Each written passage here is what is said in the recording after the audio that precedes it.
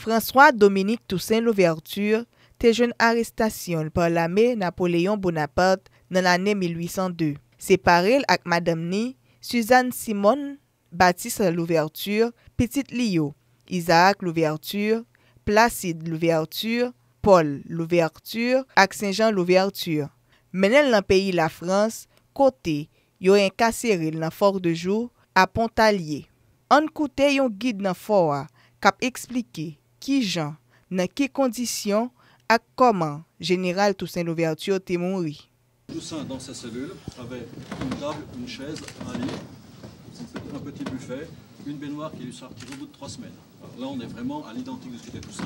Et on voit bien les mesures de sécurité, les 2 rangées de barreaux, le mur de briques, la petite lucarne qui était fermée une demi-heure avant la tombée de la nuit et levée une demi-heure après la levée du jour. Voilà.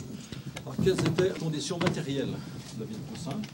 Elles avaient été définies par le ministère de l'Intérieur. Autant les mesures de sécurité dépendaient de l'autorité militaire, parce que Toussaint Louverture était général français, dépendait de l'autorité du ministre des Colonies, ministre de la Guerre, mais en tant que prisonnier d'État, il dépendait de l'autorité du ministère de l'Intérieur. Donc c'est Joseph Fouché qui a donné les instructions, qui précisait clairement qu'il devait avoir une nourriture saine et convenable et des vêtements chauds pour la saison. Donc, sécurité, mesures de sécurité maximale, parce que Toussaint Louverture représente un grand danger, mais des conditions convenables, parce qu'il faut le maintenir en vie, il y a des choses à dire, il y a des choses à traiter avec lui. Donc, l'autorité préfectorale va passer un marché par adjudication. Donc, c'est l'auberge de la Cluse et Mijoux qui remportera le marché et aura un budget alloué par l'autorité militaire pour la nourriture, qui sera amenée de l'auberge, amenée chez le commandant du fort qui l'amènera ici tous les jours. Pour les habits, le ministère des colonies, dès le 3 septembre 1802, envoie l'ordre comme quoi il ne doit plus porter un uniforme de général. Donc on va lui faire des habits de grosses toiles, chaudes, mais toutes simples. Voilà. Donc on lui enlève son uniforme de général de l'armée française, on lui remet des habits normaux, des haillons, qu'on vient de le ramener un peu à sa condition d'esclave tel qu'il était à l'origine. Le chauffage, qui a été un grand point d'interrogation, c'est aussi été fourni par un prestataire extérieur. On a toutes les archives sur le séjour de Toussaint Louverture, les budgets, les dépenses existent, donc on a pu parfaitement analyser le séjour de Toussaint Louverture. Donc il y avait une ration de bois, c'était 2 cordes par mois, ce qui fait l'équivalent de 8 mètres cubes. Voilà. Donc là, il avait la nourriture, il était chauffé, des essais de chauffage ont été faits, donc les conditions techniques de chauffage sont assez excellentes. On a une cellule qui est chauffée en permanence, même s'il peut y avoir des hauts et des bas. On a fait des essais il y a quelques années pour mesurer, on atteint facilement 24-25 degrés. Donc là, il y a pu y avoir effectivement des cycles. Voilà. Donc des conditions effectivement un peu spartiates, mais telles que le commande l'humanité. C'était l'expression qui était tombée du gouvernement français. Alors quel est l'état d'esprit quand Toussaint arrive? Il est dans un état d'esprit assez offensif. Il a été arrêté à Saint-Domingue par traîtrise, donc il se sent victime d'une injustice. Très vite, il emmène les preuves de cette injustice. Sur le navire, le Héros, qui l'amène en France, il commence à écrire à Bonaparte, en expliquant sa conduite, en amenant les preuves de la trahison de Leclerc. Donc il est dans un esprit assez offensif, assez volontariste, sûr de son fait. Il se sent fort victime d'une injustice. Et effectivement, lors des premières semaines au Fort de Joux, il écrira un mémoire qu'il remettra au général Caffarelli, envoyé de Bonaparte, qui sera ici. Et il va rester septembre, octobre encore assez optimiste, attendant des retours des premiers consuls, des missives qu'il a envoyés. Très vite, effectivement, à partir d'octobre, tout va basculer, à partir d'octobre 1802. Il n'a plus aucune réponse qui arrive, alors qu'il a déjà écrit depuis 2 ou 3 mois. Il relance, toujours aucune réponse. À partir de la fin octobre, l'autorité, le gouvernement, renforce les mesures de sécurité jusqu'à lui couper toute correspondance. Il y a un ordre très strict qui dit ne plus communiquer avec le gouvernement. À partir de là, il va rentrer dans une période d'isolation totale. Les mesures de sécurité et de fouille se sont renforcées. Seul le commandant du Fort de Joux a accès à Toussaint Louverture. Aucune visite. Son serviteur lui a été retiré au bout de 3 semaines.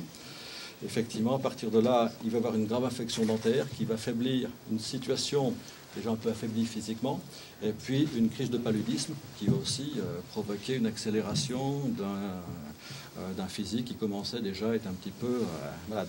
Donc c'est vrai qu'à partir de novembre, il commence à rentrer dans un isolement total. Effectivement, pour lui, c'est un changement total. Il est tout seul, il n'a plus de nouvelles de sa famille, il n'a pas de nouvelles de Bonaparte, il ne veut pas lui répondre et donc pouvoir se justifier devant l'histoire. Il y a un changement de régime alimentaire, puisque l'alimentation ici c'est plutôt salé, des fromages, des salaisons, des biscuits et du vin. Et surtout, effectivement, il vit, à part la visite du commandant du fort le matin et des fouilles la nuit, dans un silence total et une obscurité totale. Si on peut... éteindre, Jean-Yves, éteins s'il te plaît. Au-dessus, là, à l'entrée. L'interrupteur est au-dessus. Voilà. Ah ben, est-ce que vous pourriez, voilà, pour voir si vous pouvez enlever la lumière. À part un peu la lueur du jour et un peu le feu de la cheminée, Voilà ce que vous vivez. Voilà. Oh, merci. dans un silence, une obscurité, tout seul avec ses pensées. Il était déjà malade à Saint-Domingue. C'est bon. La crise dentaire et le paludisme vont le déstabiliser encore plus. Et à partir, effectivement, de décembre 1802, janvier 2003, le moral s'est affaissé, il ne combat plus, donc la maladie a un boulevard. Et petit à petit, les comptes rendus du commandant du fort évoquent l'évolution des physiques de Toussaint. Il est paralysé d'un bras, il a des boursouflures et des vomissements. Et le 7 avril 1803, quand le commandant du fort rentre, et dans son compte rendu, il met en lui portant les vivres à 11h30, j'ai trouvé Toussaint en ouverture, mort devant la cheminée. Je vous montre dans quelle situation. La mort de Toussaint en ouverture, le 7 avril au matin. Donc, Toussaint en ouverture, qui avait son lit là, s'est levé, a allumé le feu, où il s'est réchauffé une petite panade. Donc, et quand le commandant du fort arrive, Toussaint est dans cette position, assis sur la chaise, le front appuyé, un bras raide et inerte. C'est comme ça qu'il est trouvé mort. Le feu était en train de s'éteindre, la panade était presque brûlée, donc ça veut dire qu'il est mort entre 10h30 et 11h le 7 avril 1803. Voilà. Il est mort assis, debout. La posture debout avait été toute sa vie, il est mort debout, c'est un peu un clin d'œil.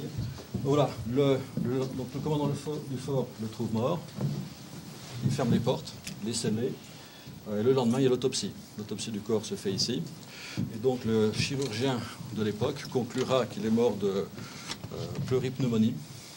Une analyse, effectivement, qui sera confirmée par des médecins haïtiens il y a une trentaine d'années. On refait une expertise du rapport d'époque en analysant l'évolution, etc., confirmera bien qu'il est mort de pleuripneumonie, qui était un peu le résultat déjà d'une vie très agitée, très exposée, et puis surtout d'un affaiblissement physique à partir de l'automne 1802, par effectivement l'extraction de 5 dents qui l'ont déstabilisé, la crise de paludisme, et surtout effectivement des conditions d'incarcération qui est à la fois de l'humiliation, parce qu'on n'a jamais voulu lui répondre, on lui a retiré son uniforme français, on l'a ramené une condition un peu d'esclave avec des haillons, et puis effectivement un isolement total, un silence, rien du tout, l'obscurité, donc tout seul contre ses pensées, le mental s'affaissant, effectivement les conditions d'incarcération ont accéléré un état physique très dégradé.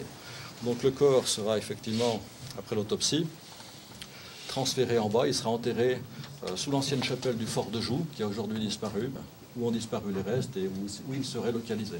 En me renversant, on a abattu à Saint-Domingue que le tronc de l'arbre de la liberté des Noirs, il repoussera par les racines, parce qu'elles sont profondes et nombreuses. Ces dernières paroles, tout c'est l'ouverture t'est dit, dans le moment où tu as arrêté, dans l'année 1802.